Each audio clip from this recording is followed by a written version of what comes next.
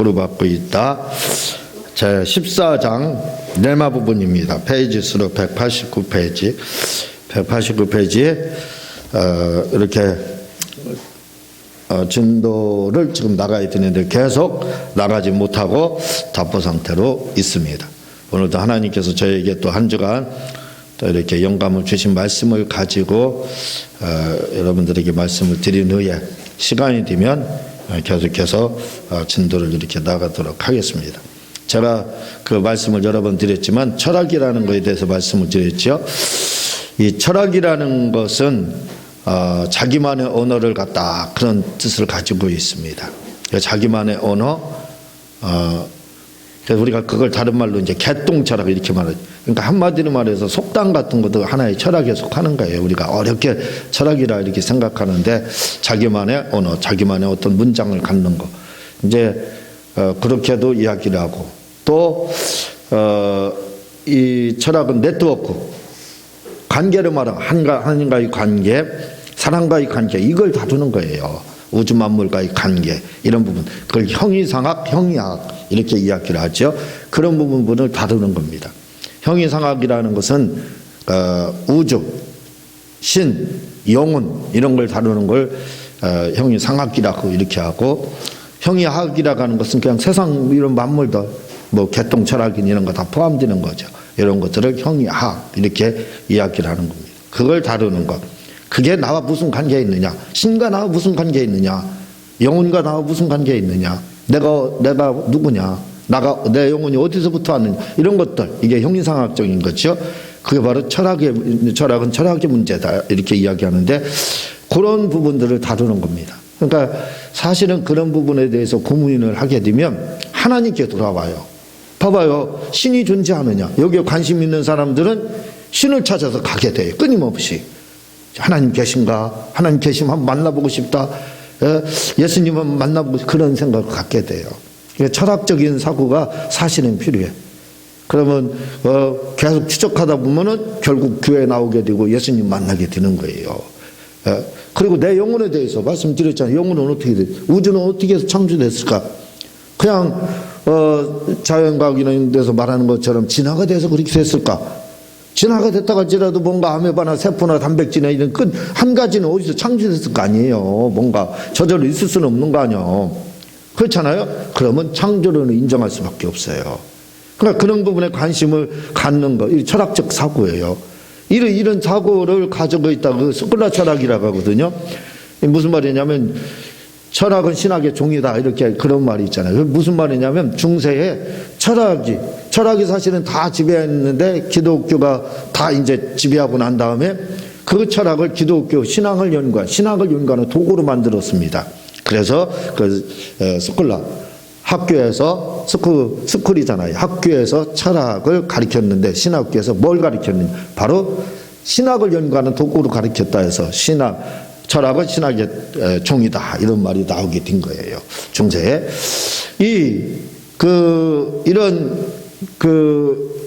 그런데 이렇게 하나님에 대한 부분을 철학적 사고를 가지고 있는 사람들이 주님에 대해서 깊이 알게 돼요. 성경에 대해서.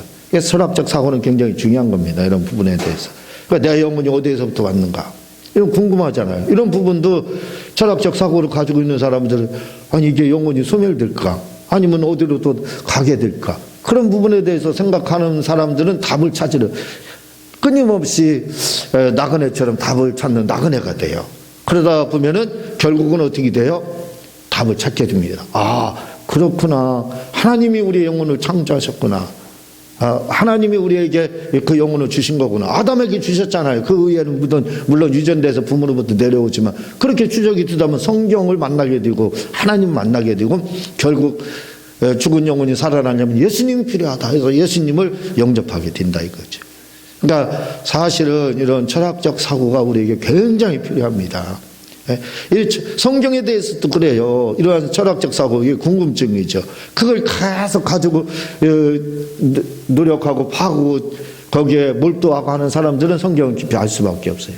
그런데 그런 성경도 그런 철학적 사고가 없는 사람들은 성경을 보지를 못하는 겁니다.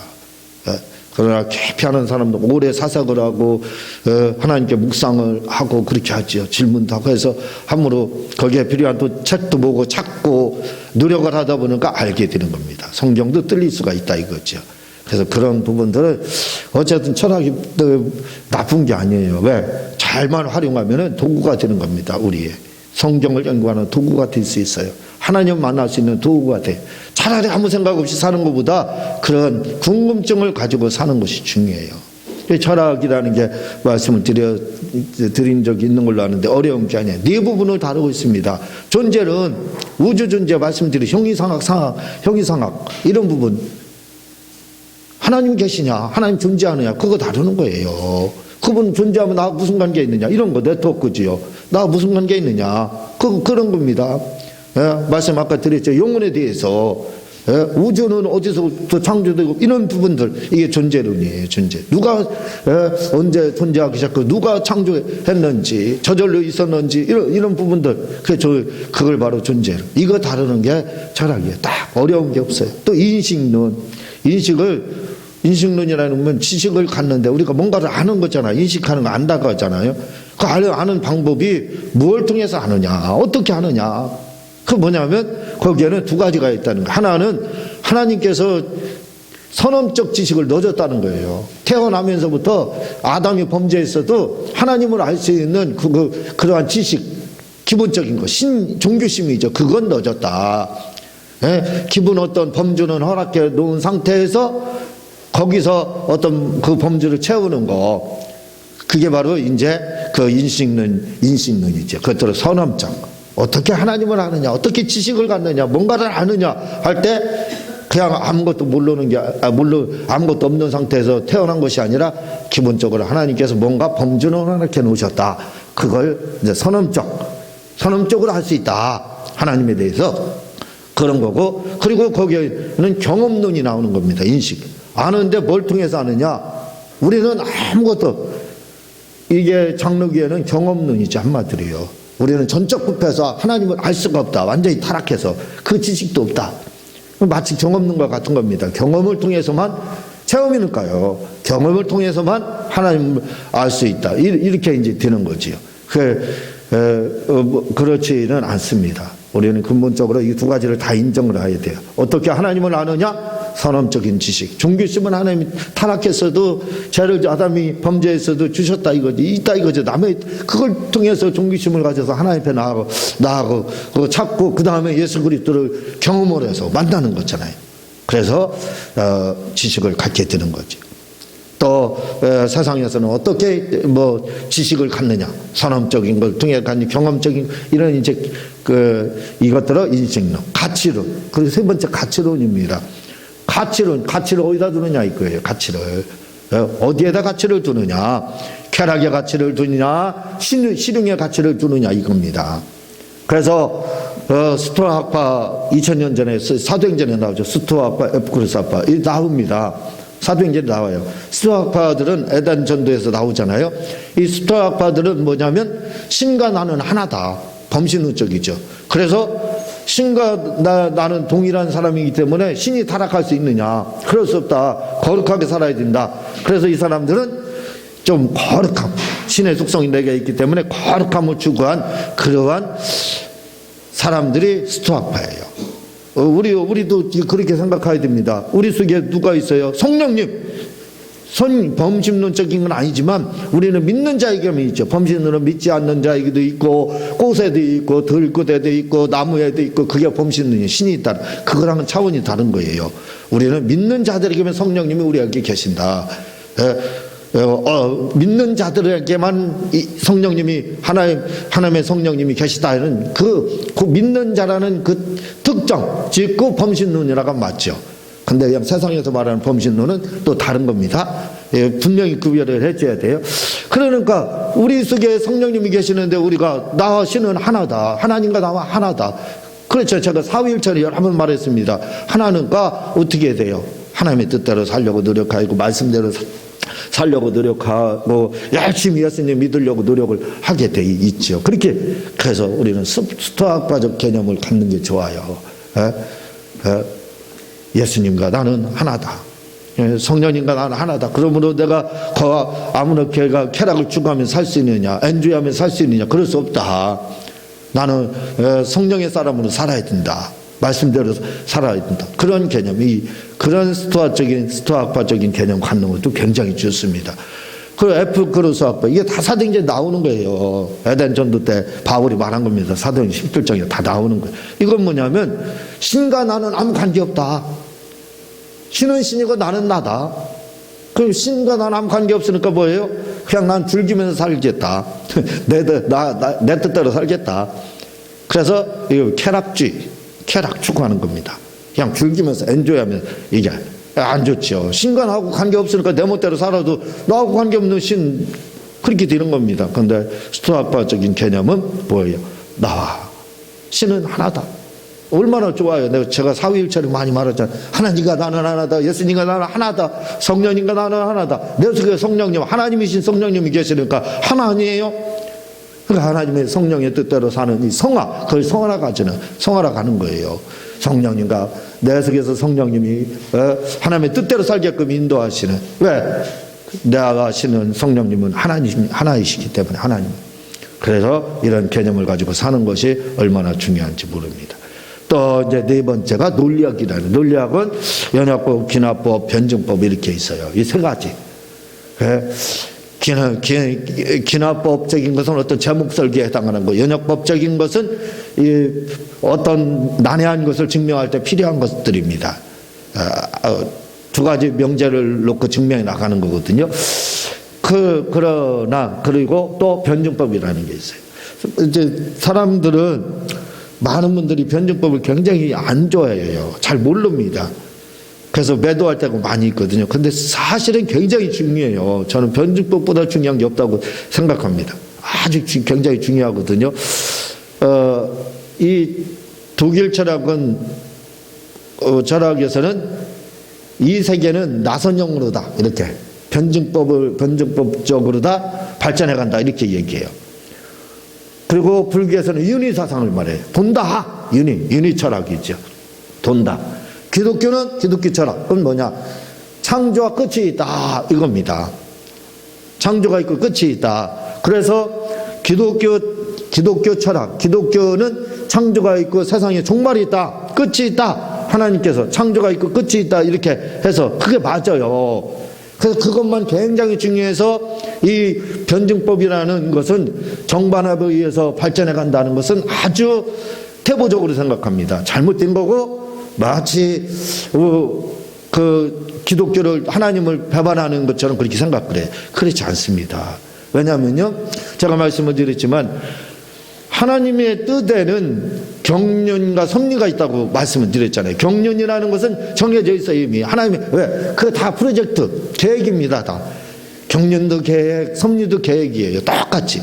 큰 계획이냐, 작은 계획이냐. 큰 계획은 프로젝트. 그래서 이건 뭐예요? 예수님, 천사, 사람, 영혼, 이런 거, 큰 거, 굵직굵직하게 예수 믿으면 구원받는다 하는 것처럼, 마치 그 예지의 정론처럼 그렇게 정해져 있는 그걸 바로 경륜이라고 하는 겁니다. 경륜. 그게 하나님의 큰 뜻이. 그리고 작은 뜻에 해당하는 것은 섭리라고 했죠.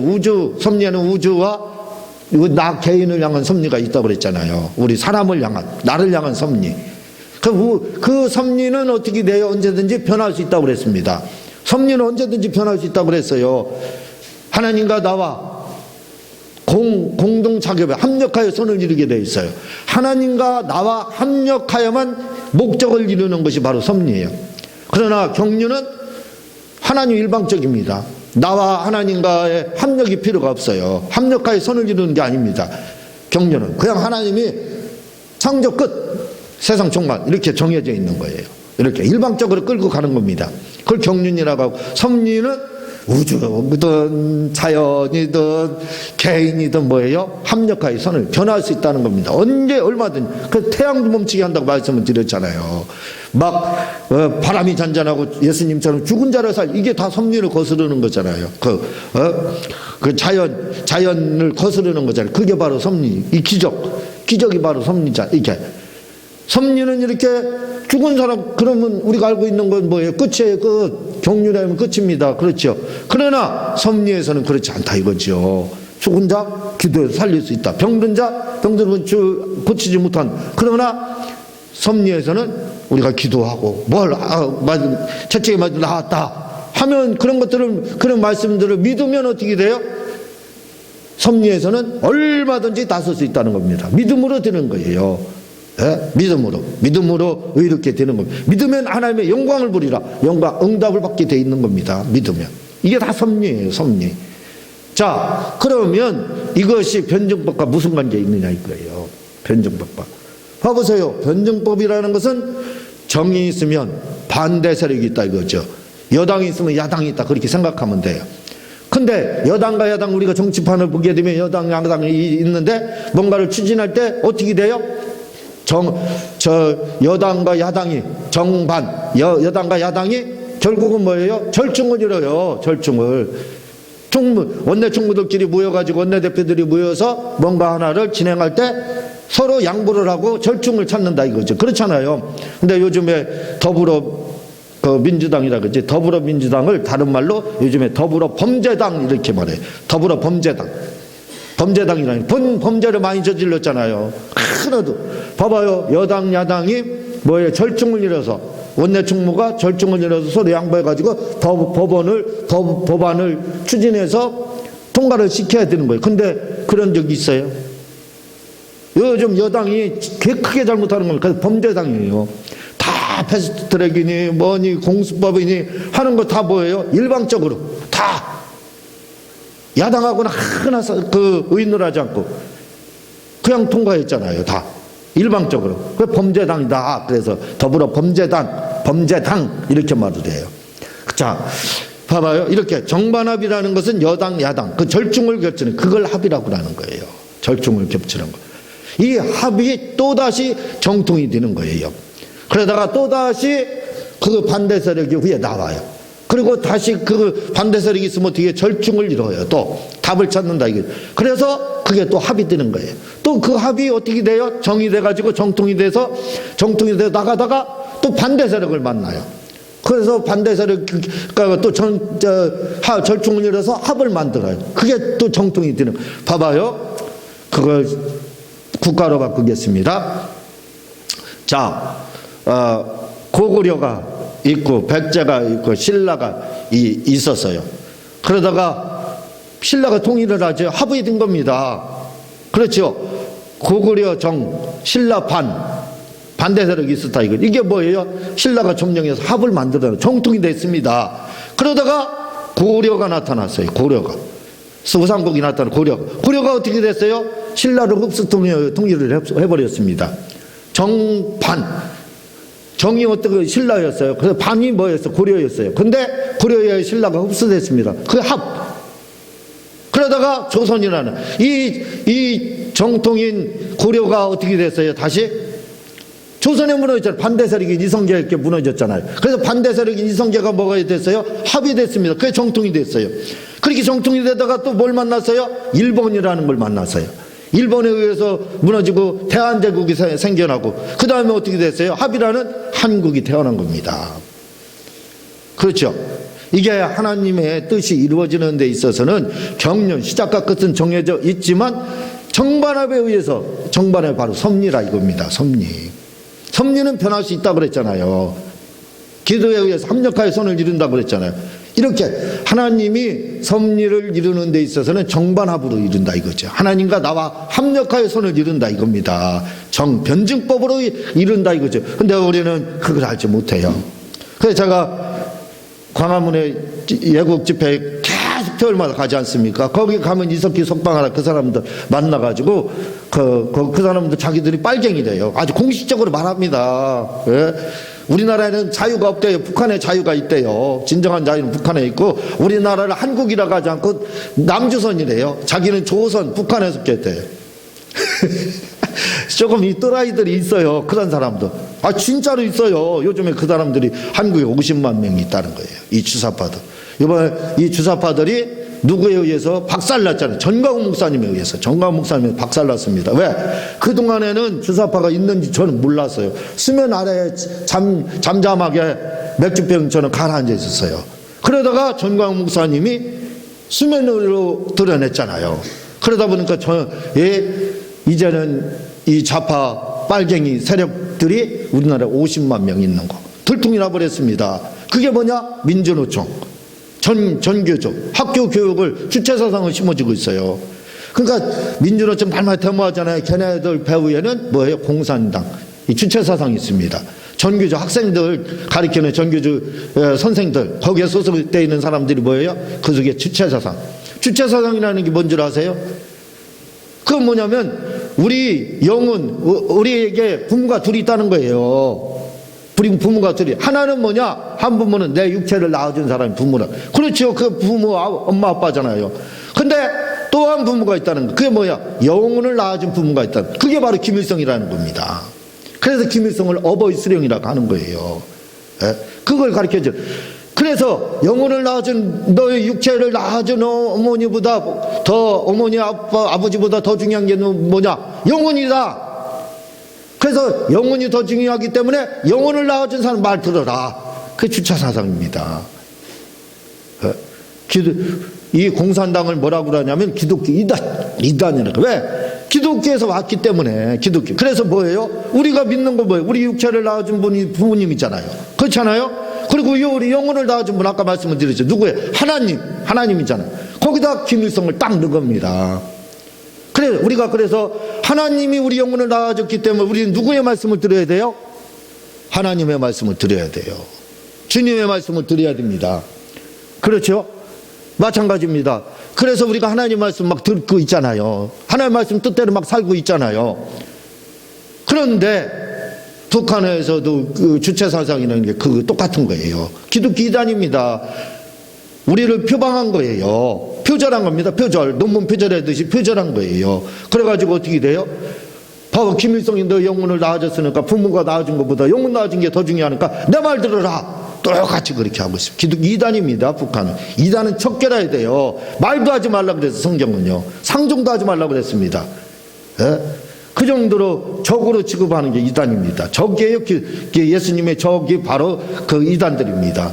그 공산당은 이단이에요. 이단. 기독교 이단. 적입니다. 적. 예? 빨갱이들은요. 그걸 잘 알아야 돼. 그리고 이 지금 민노총, 전교조 거기다가 참여연대 요즘 막 TV에 나오고 그러죠. 그리고 천주교 정의사의 구현단. 이 사람들 다 배후에 뭐가 있다고요? 빨갱이들이 있는 겁니다. 주체사상이 들어가 있어요. 우리가 그거 있는지도 아무도 몰랐어요. 예? 지금 그러는 사이에 우리나라 고관 대작들, 뭐 법조계, 정치, 국회 할 것 없이 다 주요 요직을 다 차지했습니다. 다 차지했어 그 사람들이. 이번에 문재인 대통령으로 인해 가지고 조국 사태로 인해서 불법을 저질렀잖아요. 불법인 사람 막 세우고 이렇게 했잖아요.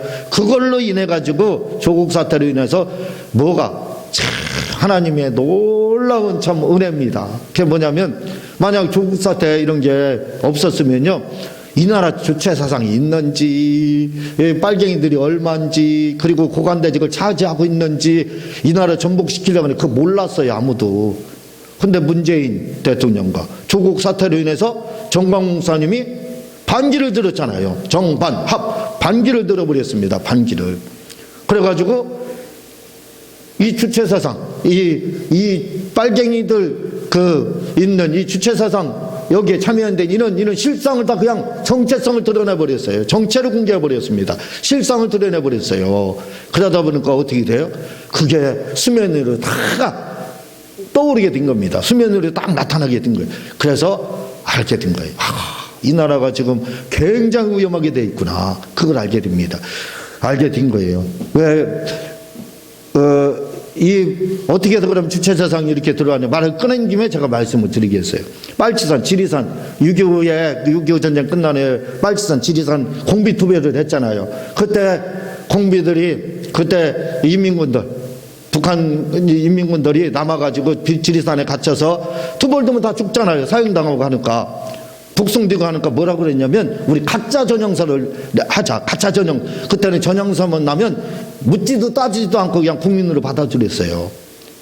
그러니까 전형서를 쓰니까 모여가지고 우리 전형서 하자 하고 뭐라고 이야기했냐면 우리 시대는 끝났다. 빨갱이들이 빨치산에도 모여서 그 얘기했습니다. 우리 시대 끝났다. 우리 자녀들을 공부시키자. 그래서 박사가 만들고 아주 공부 열심히 시켜서 다 유명한 사람 만들어가지고 그 우리 아이들에게 그렇게 만들면서 유학도 보내자. 최고의 학문을 가르쳐가지고 박사 이런 최고의 학문을 가르쳐서 얘네들을 교수도 만들고 다 정치인도 만들고 법조인도 만들고 청와대도 심고 그렇게 하자. 그 대신 우리 아이들에게 주체사상을 심어주자. 그렇게 했습니다. 그래서 주체사상을 심어주고 그 부모들 빨치산에서 가짜 전형서를 쓴 사람들이 이 사람들이 뭐 했느냐? 자식을 위해서 온갖 헌신을 다 했습니다. 모든 부모들이 다 그렇게 했겠지만 자식들을 최고의 학문으로 다 그렇게 공부를 시켜버렸어요. 박사, 외국 유학 보내고. 그렇게 하니까 어떻게 돼요? 이 사람들이 열심히 공부시켰으니까 법조계 진출하고 뭐 국회에 진출하고 청와대에 진출하고 고위 공직자에 진출하고 병원이나 뭐 이런 진출하지 않은 데가 없어요. 다 진출했습니다. 그 주체사상을 심어주면서. 그래가지고 그 현상이 지금 이제 나타난 거예요.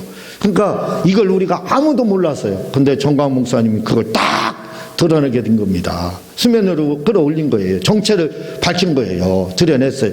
그래서요, 지금 전국적으로 정광 목사님이 순회 공연을 하고 있는데, 순회 전도를 지금 이렇게 강연을 하고 있는데, 여러분들이 보시면 알겠죠. 구름가죽입니다.